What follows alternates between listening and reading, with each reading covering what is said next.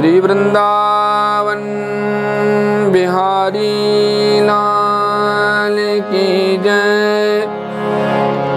श्री गिरिराज धरण भगवान की जय। श्री देवेश्वर महादेव की जय। श्री अलकपुरी सदेव महाराज की जय। श्री देवपुरी जी महाराज की जय। श्री दीपनारायण भगवान की जय। हिंदू धर्म सम्राट माधवानंद जी महाराज की जय। महामंडलेश्वर परमहंस श्री महेश्वरानंदपुरी जी महाराज की जय। सत्य सनातन धर्म की जय। गंगा मैया की जय। देवहूति उवाच लक्षणं महदादीनां प्रकृते पुरुषस्य च स्वरूपं लक्ष्यते मेषां येन तत्पारमार्थिकम्।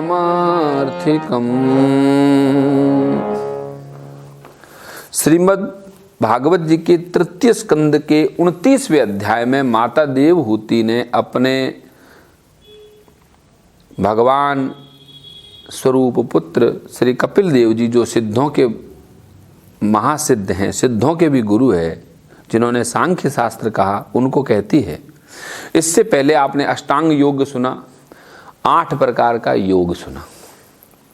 प्रकृति, पुरुष और महतत्व का आपने बताया, जिसके द्वारा वास्तविक स्वरूप अलग अलग माना जाता है, वह मुझे पता चला। यथा सांख्येषु कथितम यन्मूलम प्रचक्षते भक्ति योगस्य मे मार्ग ब्रूहि विस्तरसः प्रभो। हे प्रभु, आपने मुझे बताया, आप कृपा करके भक्ति योग का मार्ग मुझे बता दो, क्योंकि मैं तो स्त्री हूँ, भक्ति मेरे बस की बात है ना। तो भगवान बोले, विराग, माता देवहूति कहने लगी पहले कि विरागो येन पुरुषो भगवन सर्वतो भवेत आचक्ष्व जीवलोकस्य विविधा मम संसृति। माँ कहती है कि जीवों की जन्म मरण रूपा अनेक प्रकार की गतियां हैं, जिसको सुनने से जीव को सब प्रकार की वस्तुओं से वैराग्य होता है। यानी वो चीजें भी बताइए जिसको सुनकर के वैराग्य भी हो जाए। देखिए, सुनने का बहुत बड़ा, जिनकी चेतनाएं उन्नत होती है वो सुनकर के ही काम में लग जाते हैं। एक रिमाइंडर बहुत है। कुछ लोग जैसे सुबह, कुछ लोगों को जैसे रात को सोचा सुबह 4 बजे उठना है तो वो 4 बजे उठ जाएंगे। कुछ लोग अलार्म लगाएंगे, कुछ लोग अलार्म के अलावा भी बहुत पता नहीं क्या क्या करेंगे। तो जिनकी चेतना उन्नत है उनके लिए संकल्प मात्र ही पर्याप्त है। सुनना भी अपने आप में साधन है।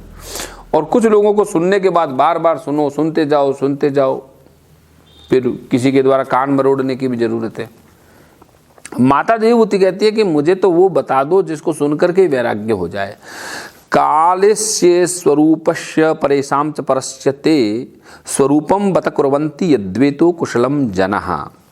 माँ कहती है कि जिसके भय से लोग शुभ कर्मों में प्रवृत्त होते हैं और जो ब्रह्मा आदि को ऊपर शासन करता है, उस काल का स्वरूप भी मुझे बताओ।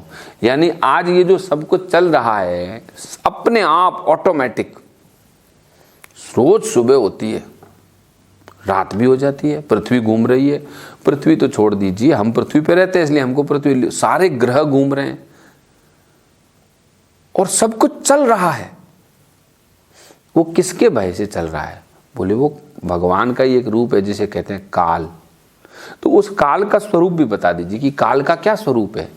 तो लोकस्य मिथ्या अभिमतेर चक्षुश्च चिरम प्रसुप्तस्य तमस्यानश्रये श्रान्तस्य कर्म स्वनुविद्धया धियात् त्वमासि विरासि किल योग भास्कर। ज्ञान दृष्टि के लुप्त हो जाने के कारण देह आदि मिथ्या वस्तुओं में जिन्हें आत्म अभिमान हो गया और बुद्धि में जो आसक्त हो गए, वे श्रमिक होकर चिरकाल से अपार अंधकार में संसार में सोए पड़े हैं। उन्हें जगाने के लिए आप योग प्रकाशक सूर्य प्रकट हुए हैं। अपने पुत्र को गुरु ही मान बैठिए। कहते हैं कि जो लोग देह में अपना देह को अपना मान लिया, जो भी है, बुद्धि को सर्वश्रेष्ठ मान लिया, बोले मैं जो सोचा ना उससे ऊपर कुछ हो ही नहीं सकता, ये सर्वश्रेष्ठ है मेरी बुद्धि। कोई भी अपनी बुद्धि पे डाउट नहीं करता। और उसके कारण से मैं ही श्रेष्ठ हूं, मैं ही सबसे ज्यादा जानता हूं, ये जो लोग मान के बैठ गए, उनको रास्ता देने के लिए आप वैसे हैं जैसे अंधकार को भगाने के लिए सूर्य है। मैत्रेय जी ने कहा, इति मातृवचा सलक्षणम प्रतिनंद्य महामुनि ही आवभासे कुरुश्रेष्ठ प्रीतस्ता करुणार्दितः। जब हे विदुर जी, माता के मनोहर मन को हरने वाले इन वचनों को सुनकर के कपिल देव जी ने उनकी प्रशंसा की और जीवों के प्रति दया से द्रवीभूत होकर के, यानी माँ के ऊपर तो देखो, माँ तो निमित्त है, समस्त जीवों पे, आप पर, हम पर, सब पे दया करके कपिल मुनि बोले, भक्ति योगो बहुविधो भागे मार्गेर भामिनी भाव्यते स्वभाव गुण मार्गणे पुंसा भावो विभिद्यते। कि हे माँ, साधकों के भाव के अनुसार भक्ति योग का अनेक प्रकार से प्रकाश होता है, यानी कि जैसा जैसा भक्त उसकी वैसी वैसी भक्ति। इसलिए भगवान ने बोल दिया अनेक प्रकार के, जैसा भाव वैसी भक्ति। अब स्वभाव और गुणों के भेद से मनुष्य के भाव में विभिन्नता आ जाती है। कितनी, देखिए सतयुग में बात हो रही है, लाखों वर्ष पहले, कि आदमी के नेचर की वजह से उसके एक्शन में भी चेंजिंग आ जाती है, तो भक्ति भी अलग हो जाती है। अभिसंधाय यो हिंसा दंभ मार्त्स्यतमेव व सरम भी भिन्न दृग भावम मयि कुर्यात्स तामस। अब जो लोग भेदभाव रखते हैं, हिंसा करते हैं, मात्सर्य रखते हैं, लेकिन खाली भगवान से ही प्रेम रखते हैं, बाकी सबसे हिंसा है, हिंसा भी करेंगे, मांसाहार भी करेंगे, दूसरों से घृणा भी करेंगे, लेकिन भगवान से प्रेम करेंगे। भगवान कपिल देव कहते हैं कि वो मेरे तामसिक भक्त हैं। भक्त तो हैं लेकिन तामसिक भक्त हैं, उनकी कैटेगरी है तामसिक भक्त। विषयान अभिसंधाय यस ऐश्वर्यमेव वा अर्चादाव अर्चेद्यु माम पृथक भावस राजस। अब ये गीता जी में भी बताया है, लेकिन पहले गीता जी से पहले कपिल देव जी ने माँ को बताया है कि माँ, कि जो आदमी विषय, यश और ऐश्वर्य की कामना से मुझे बदले में ये चाहिए, ऐसा हो तो ऐसा हो, तो उस मुझे कुछ चाहिए इस भाव से जो काम कर रहा है ना, वो व्यक्ति भेदभाव से मेरा पूजन करता है, ऐश्वर्य चाहता है, बदले में कामना है, और मेरी प्रतिमा की पूजा करता है, वो मेरा राजसिक भक्त है। और कर्म निर्हार मुदिश्यत परस्मिन वा तद अर्पणम यजेद्यष्ट व्यमिति वा पृथक भाव से सात्विक। सात्विक के लिए बता रहे हैं कि जो व्यक्ति पापों को क्षय करने के लिए भक्ति करता है ताकि पाप नष्ट हो जाए, परमात्मा की प्राप्ति हो जाए, और पूजन करना यानी मैं बैठा रहूं बस, भगवान की पूजा करूं बस, करना ही मेरा लक्ष्य है, इससे क्या मिलेगा वो लक्ष्य नहीं है, वो बुद्धि वाला मेरा भक्त जो है वो सात्विक भक्त है। मद गुण श्रुति मात्रेण मयि सर्व गुहाशये मनो गतिर्विच्छिन्ना यथा गंगा अम्बसो बुधे। कितनी बड़ी बात कही है कि जिस प्रकार गंगा का प्रवाह अखंड रूप से समुद्र की ओर बहता है, उसी प्रकार मेरे गुणों के सुनने मात्र से मन की गति का तेल धारावत अविच्छिन्न रूप से मुझ अंतर्यामी के प्रति जो हो जाता है। लक्षणम भक्ति योग स निर्गुणस्य हा हृदाहृतम अहेतुक्य व्यवहिता या भक्ति पुरुषोत्तमे। यानी जो मुझ परमात्मा में निष्काम अनन्य प्रेम करता है, वही निर्गुण भक्ति योग का लक्षण कहा गया है। अब ये कौन कौन सी है? सालोक्य, भगवान के लोक की कामना, साष्टी यानी कि भगवान के निकट रहूं, सामिप्य भगवान के पास में रहूं, और सामिप्या सारूप्य कत्व अप्युत दीयमानम न गृह्णन्ति विना मत सेवनम जनः। यानी सालोक्य, सृष्टि, सामिप्य, सारूप्य और सायुज्य, और मोक्ष तक नहीं लेते कौन? स एव भक्ति योगाख्य आत्यंतिक उदाहरत येनाति व्रज त्रिगुणम मद भावा उपद्यते।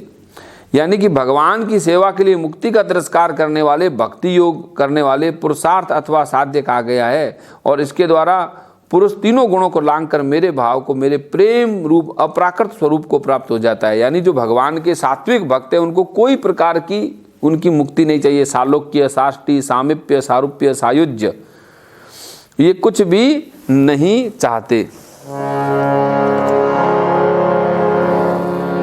स एव भक्ति योगाख्य आत्यंतिकम उदाहृतः येनातिव्रज्य त्रिगुणं मदवायो उपद्यते निसेवितेन निमित्तेन स्वधर्मेण महीयसा क्रियायोगेन सस्तेन नान्ति स्त्रेण नित्यसः। अब निष्काम भाव से पूजा करने वाले नित्य नैमित्तिक, 3 प्रकार के कर्म है, नित्य नैमित्तिक और काम्य कर्म। नित्य प्रति हिंसा रहित होकर के करते हैं, कर्तव्यों का पालन करते हैं, क्रिया योग करते हैं, प्रतिमा का दर्शन करते हैं, स्पर्श करते हैं, पूजा करते हैं। ये भक्ति बता रहे हैं ना, भक्ति का मर्म है तो भक्ति बता रहे हैं। और मधिष्व दर्शनात् स्पर्श पूजा स्तुत्य अभिवंदने भूतेषु मद भावनाया सत्वेना असंगमेन च। और पूजा स्तुति करना, वैराग्य का अवलंबन करना, महापुरुषों का मान करना, बड़े पुरुष मिल जाए, संत पुरुष मिल जाए तो समझ लो भगवान की मूर्ति आ गई सामने, ऐसे उनकी सेवा करना। और समान स्थिति वालों के साथ मैत्री करना, नियमों का पालन करना और मेरे नाम का ऊंचे स्वर से कीर्तन करना। नाम अगर जोर से बोलना है तो भगवान का लो, बाकी और चीज को जोर से बजाओगे तो पाप लगेगा, है ना। भगवान का नाम जोर से जरूर लेना चाहिए। महुता बहुमानेन दीना नाम अनुकंपया मैत्र्या चेवात्म तुल्येषु यमेन नियमेन च आध्यात्मिकानुश्रवणा नाम संकीर्तनाच्य में आर्जवेनार्य संगेन निरअहंक्रियया तथा। और क्या बोले, आप देखो दीनों पर, गरीब पर भी दया करनी बहुत जरूरी है। अध्यात्म शास्त्रों का श्रवण करना भी जरूरी है। और ऊंचे स्वर से कीर्तन करो, मन की सरलता रखो, सबसे मुश्किल काम है मन को सरल करना। अच्छा, अहंकार के त्याग करो। और मेरे धर्म का बता रहे हैं कि भाई मद धर्मो गुणे रते, मेरे धर्म का पालन करो। परिसंशुद्ध आश्रय, और मेरे भक्त का या भगवान के, मेरे धर्म से मतलब है भागवत धर्म का, यानी वह धर्म जो श्रीमद् भागवत में बताया उसका आश्रय लो। और पुरुष का चित्त उससे शुद्ध हो जाता है और इसको सुनने मात्र से अनायासी, यानी विदाउट एफर्ट हम भगवान में लग जाते हैं यदि भागवत को सुनते हैं तो। पुरुषान जसा भेति श्रुत मात्र गुणम हिमाम, यानी भागवत को सुनने मात्र से हम भगवान के हो जाते हैं। बताइए, बोलिए जय श्री कृष्ण। यानी आपको कुछ नहीं करना, आपको सुनना मात्र है। अब बता रहे हैं कि भाई सुनने मात्र से कैसे होते हैं, बोले यथा वात रथो घ्राण मावृंगते गंध आशयात एवं योग रतम चेत आत्मानम विकारियत। जिस प्रकार वायु जो है उड़कर के जाने वाले गंध अपने आश्रय पुष्प से घ्राणेन्द्रिय तक पहुंच जाता है, उसी प्रकार भक्ति में तत्पर रहने वाले राग द्वेष से शून्य होकर के परमात्मा तक पहुंच जाते हैं। भक्ति में रहने वाला, जैसे वायु के साथ उड़कर जाने वाली गंध कहाँ जाएगी, नाक तक, उसी प्रकार जो लोग भक्ति में लगा रहता है तो उसकी वह भक्ति राग और द्वेष को तो छोड़ देगी, राग द्वेष को ऐसे छोड़ देगी कि जो पुष्प है उसकी सुगंध हम तक पहुंचती है, पुष्प उड़ करके नहीं आता हमारे पास। तो हमारी वो जो चेतना है भक्ति की निर्मलता, वो वहां तक अपने सोर्स तक, कोई न कोई चीज का सोर्स तो होता ही है ना। आज हम सब हैं, हम समस्त इस पृथ्वी पे जीवधारी हैं। इन जीवधारियों की जो सबकी जो सोर्स है वही तो ठाकुर जी है, परमात्मा है, पर ब्रह्म है, ब्रह्मांड का केंद्र है, कुछ भी मान लो आप, हमारे नारायण वही हैं। यथा वात रथो घ्राण मावृंकते गंध आश्रयात एवं योगरतम चित्तम आत्माना विकारियत अहम सर्वेषु भूतेषु भूतात्म अवस्थित सदा तम वज्ञाय माम मृत्य कुरुतेर चाविडम्बनम। मैं आत्मा रूप से सभी जीवों में स्थित हूँ, भगवान कह रहे हैं कि यानी हम सब में हैं। अब हम सब में भगवान है तो बताओ कोई डरने की बात है क्या? अगर हमारे में भगवान है तो क्या कोई डरने की बात है? यही तो सनातन धर्म की सबसे बड़ी विशेषता है कि हमें कहते हैं कि अमृतस्य पुत्र, आप अमृत की संतान हैं। गोपियां भी भगवान श्री कृष्ण कहते हैं कि न खलु गोपिका नंदनो भवान नखिल देहिना मंत्रात्म दृक विकन सार्थितो विश्वगुप्त ए सखे उदयवान सात्वताम कुले। यानी हे नंद नंदन, आप खाली नंद जी के नंदन नहीं हो, समस्त जीवधारियों की, अखिल ब्रह्मांड में जितने भी जीव वाले पशु पक्षी, उन सब की आत्मा आप हो। ये यहाँ से तो शुरू होती है सनातन धर्म। पहुँचता कहाँ तक है, इसका ऊंचाई कहाँ तक है, वो तो इसमें घुसने के बाद पता चलेगा। हम तो शुरुआत यही कह रहे हैं कि भगवान खुद भी कह रहे हैं कि ईश्वर सर्वभूतेषु हृदय से अर्जुन तिष्ठति। और कल आपने कितना सुंदर प्रसंग सुना होगा कि ये 24 तत्व है, जिसमें 5 ज्ञानेंद्रियां, कर्मेंद्रियां है ना, 10 हो गए सूक्ष्म तन्मात्राएं इनकी, ज्ञानेंद्रियां, कर्मेंद्रियां, पंच तत्व, 4 अंतःकरण, 24 तत्व, सब कुछ हो गया। विराट पुरुष है। कहते कई वर्षों तक वो जल में पड़ा रहा, नाक सूंघने लग गई, आंख देखने लग गई, लेकिन जब तक वह नारायण भगवान हृदय में नहीं गए तब तक वह उठ करके खड़ा नहीं हुआ। यानी कोई उठ करके कब खड़ा होगा, जब हृदय में भगवान जाएंगे। और हम सब के हृदय में भगवान है, नहीं तो कार्डियक अरेस्ट हो जाता है। कोई भी मरता है तो उठाने के लिए क्या करते हैं, उसके हृदय को चलाना चाहते हैं। हृदय में भगवान है तो हम हैं, हृदय में भगवान नहीं है तो हमारे अंदर से बीमारियां, दुर्गंध और समस्याएं पैदा होगी।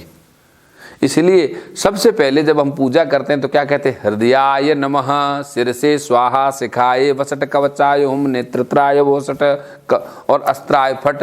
ये क्या है, मेरे हृदय में आप है, हृदय में भगवान है तब आगे सब कुछ है। और भगवान कहते हैं कि मैं सब जीवों में हूँ। इसलिए जो लोग मुझे परमात्मा का अनादर करके केवल प्रतिमा में मेरा पूजन करते हैं, उनकी पूजा स्वांग है। खाली मूर्ति पूजने को बोलते हैं नाटक है। मूर्ति में तो है लेकिन इधर नहीं है, तो मूर्ति में भी नहीं है आपके लिए, तो इधर भी देखो। और यो माम सर्वभूतेषु संत आत्मानीश्वरम हित्वार्चा भजते मोढ़याद भस्मन मन्येव जुहोति स मोढ़याद भस्मन नेव जुहोति स। अब देखो, मैं सबका आत्मा हूँ, सब जीवों में रहता हूँ। ऐसी दशा में मोह बस मेरी उपेक्षा करके खाली मूर्ति पूजता है तो मानो भस्म में हवन कर रहा है। यानी अग्नि नहीं है, भस्मी में क्या डालोगे आप, भस्म ही। मोढ़याद भस्म मन्येव जुहोति स। भस्म में अग्नि, आग थोड़ी होती है, भस्मी में आप कुछ भी डालोगे, अग्निदेव नहीं है तो देवताओं तक वो आहुति नहीं पहुंचेगी। इसलिए खाली मूर्ति में पूजा नहीं करें। अब बोले जो भेददर्शी है, द्विशतः परकाये माम मानिनो भिन्न दर्शिनः भूतेषु बद्धवैरस्य न मनः शांतिम रक्षति। भगवान कहते हैं कि जो भेददर्शी है, अब भेददर्शी क्या है, भेददर्शी किसको बोलते हैं, जो भेद करना जानते हैं और अभिमानी पुरुष है, दूसरे जीव के साथ वैर बांधते हैं और इस प्रकार उनके शरीरों में मुझ परमात्मा से वैर करते हैं, उनके मन को कभी शांति नहीं मिलती। कितनी बड़ी बात बोली है।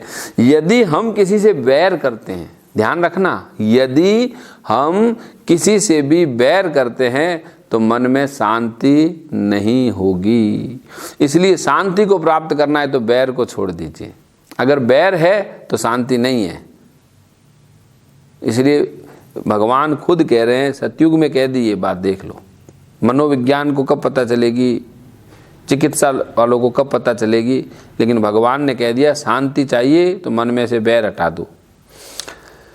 द्विशतः परकाये माम मानिनो भिन्न दर्शिनः भूतेषु बद्धवैरस्य न मनः शांतिम रक्षति। अहमुच्चा वचेन्द्रव्ये क्रियोत्पन्न यानगे नेवं तुष्ये अर्चितो अर्चायाम भूत ग्रामा वमानिना।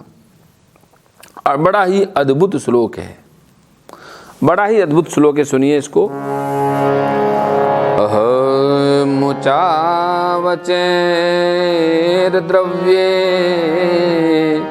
क्रियोत्पन्नया नघे नेव तुष्ये अर्चितोर्चाया भूत ग्रामावमानिना।